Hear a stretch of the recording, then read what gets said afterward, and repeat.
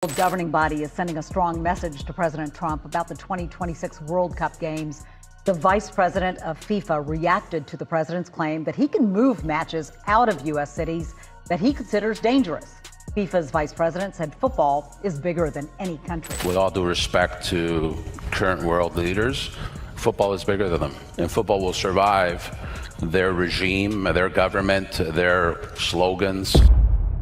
Something feels different about the build-up to the 2026 World Cup. The tournament meant to showcase American pride and global unity is now tangled in uncertainty and shifting power dynamics. Instead of excitement, there's mounting tension over preparations, politics, and perception. What was once promoted as a shared North American triumph is turning into a quiet competition between the hosts themselves. Canada is moving with precision, Mexico is gaining confidence, and the United States seems weighed down by missteps and fading enthusiasm. The world is watching, not with admiration, but with curiosity about how it all unraveled. Could this be the moment when America's dominance in global sports begins to fade? Or is something deeper shaping the future of the World Cup? In September 2025, the world of football paused for a moment no one anticipated. Cameras crowded a Washington press hall as Donald Trump stepped to the podium, his confidence as familiar as the setting itself. With one sentence, he changed the tone of an entire tournament. "If I see a place that isn't safe, we'll move the match somewhere else."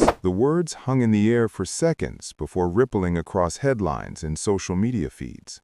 What sounded like decisive leadership to some quickly transformed into global controversy. Trump wanted to remind the world that America still held the power to decide, but his statement struck deeper than politics. The World Cup was never meant to serve any government or campaign. It was meant to belong to everyone. In that instant, the line between global unity and national control began to blur. Every World Cup carries far more weight than the matches alone. Beneath the goals, cheers, and flags lies a complex web of contracts, sponsorships, and livelihoods. Billions of dollars rest on stadium construction, broadcasting rights, and tourism. For countless small businesses, the event offers a once-in-a-lifetime economic lifeline. For fans and players, it represents unity that transcends borders. When Trump spoke, the reaction was swift. Within days, FIFA senior leadership held urgent discussions behind closed doors. Victor Montagliani, vice president responsible for overseeing football in North and Central America and the Caribbean, stepped forward with a message that left no room for misinterpretation. Football is bigger than any country,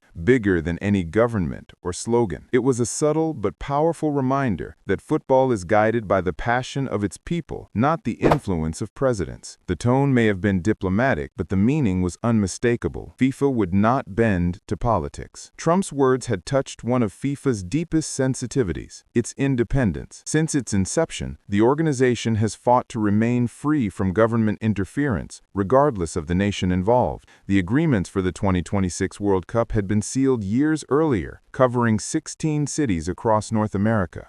Billions had already been invested in stadiums, transportation networks, and infrastructure. Each host location had insurance policies, broadcasting deals, and government-level commitments. To move a single match, as Trump suggested, would mean dismantling years of preparation and millions of binding agreements. Experts immediately recognized it was impossible, but in international sport, perception matters as much as policy. The damage had already been done. Within hours, global networks questioned whether the United States could still handle an event of such magnitude. Behind closed doors, FIFA officials quietly began reviewing contingency options, a move that hinted at growing unease. No one said it publicly, but confidence in America's ability to lead the tournament was starting to shake. Canada and Mexico, the co-hosts, were suddenly viewed as the reliable anchors holding the plan together. When Trump singled out major cities like Chicago, Los Angeles, and Philadelphia as unsafe, the backlash deepened. These cities had spent years preparing for the World Cup, coordinating massive security plans and investing in their local economies. His comments undermined not only their image, but also America's credibility as a host nation ready to welcome the world. To FIFA, autonomy is sacred. Not a single leader, regardless of influence, is allowed to dictate its operations. When asked about Trump's remarks, Montagliani responded with composure, "If I had to react to every politician's words, I wouldn't have time to work. Presidents come and go, but the World Cup goes on. It was the kind of answer that needed no further elaboration. His words echoed across conference rooms, television studios, and construction sites. The message was clear. Football will move forward, regardless of political turbulence. In 2018, when the United States, Canada, and Mexico won their joint bid to host the 2026 tournament, the world celebrated the decision as a milestone in cooperation. It marked the first time 3 nations would unite to host a single World Cup.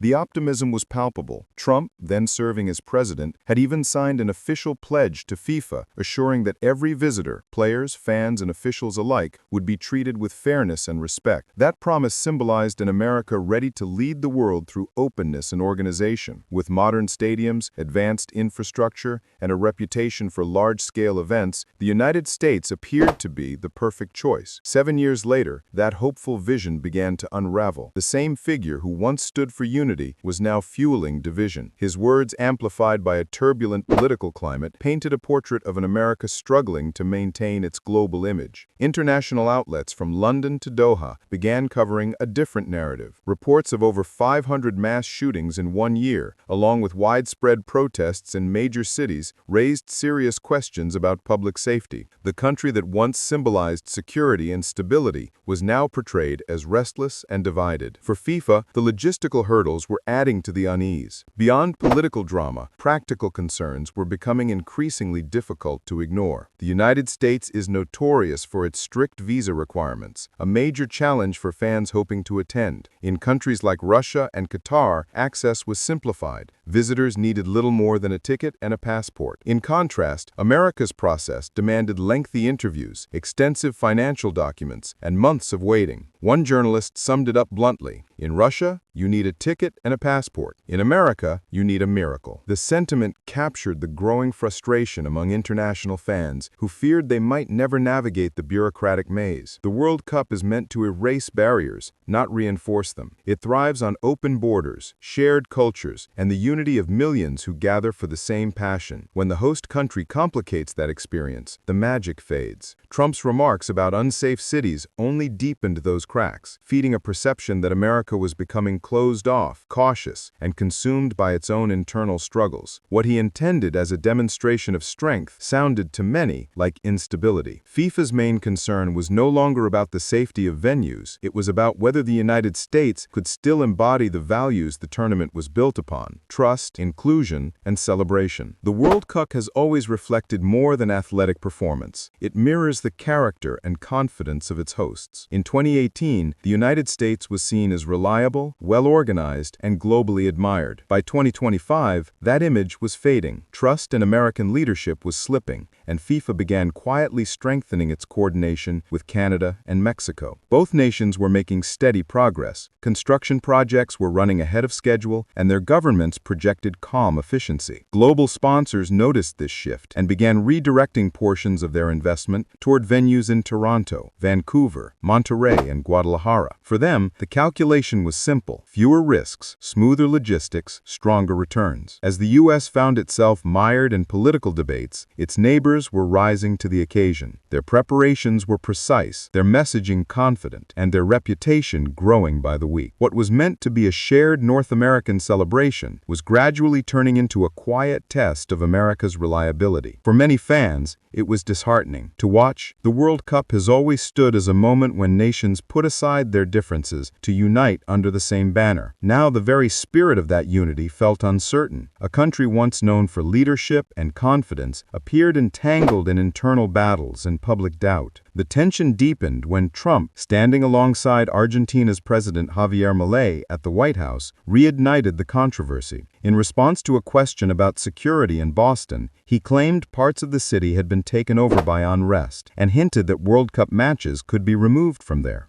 Boston's Gillette Stadium was said to host several matches, yet in an instant, its role was thrust into question. Although Trump had no formal authority over FIFA's decisions, his influence could not be ignored. By suggesting he could pressure the organization to shift matches, he inserted himself into an international event where politics and sport had long struggled to stay separate. When reporters asked if he planned to coordinate with Boston's mayor, Michelle Wu, Trump's tone sharpened. He accused her of poor leadership and labeled labeled her radical left, linking local unrest to political ideology. His comments referred to a rise in street takeovers, gatherings where crowds performed car stunts late at night, some of which had escalated into violence. While these events had little to do with politics, Trump's framing turned them into evidence of national decline. If someone is doing a bad job and there are unsafe conditions, I would call Gianni Infantino, the head of FIFA, and say, let's move it to another location, he said. That single sentence was enough to dominate headlines around the world. His words carried implications far beyond Boston. Trump later mentioned Los Angeles, warning that even the city set to host the 2028 Olympics could lose its games if he deemed it unsafe.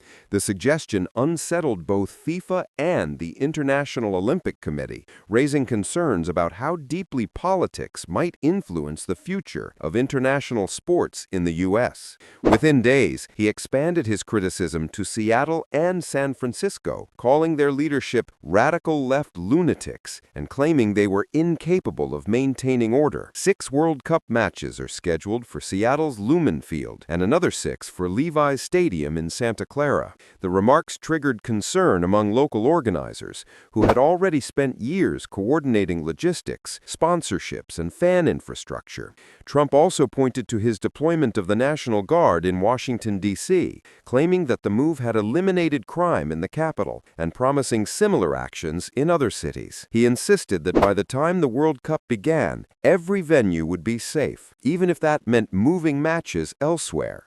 If I think it isn't safe, we'll move it to a different city, he said. We won't allow any place that could be even a little bit dangerous. His attempt to tie domestic security policy to international event readiness blended political messaging with national pride, but it also blurred the line between authority and influence. Not everyone inside FIFA shared the same enthusiasm.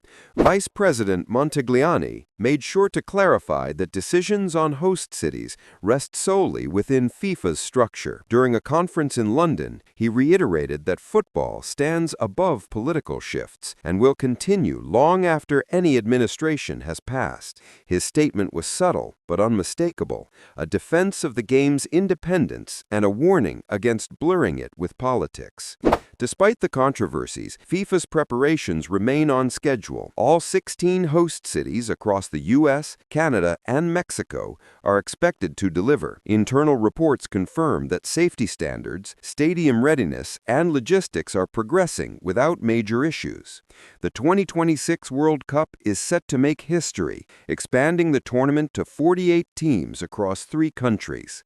Yet beneath that excitement lies an undercurrent of uncertainty. The world is watching not only the matches, but also the message the host nations send to the globe. Even the International Olympic Committee stepped into the conversation after Trump's comments about Los Angeles. In a rare public statement, it reaffirmed its full trust in the city's leadership, emphasizing cooperation among the White House, California's government, and local authorities. All of them are being extremely helpful in the preparations for these games, the IOC said, noting that everything remained on track for a successful 2028 Olympics.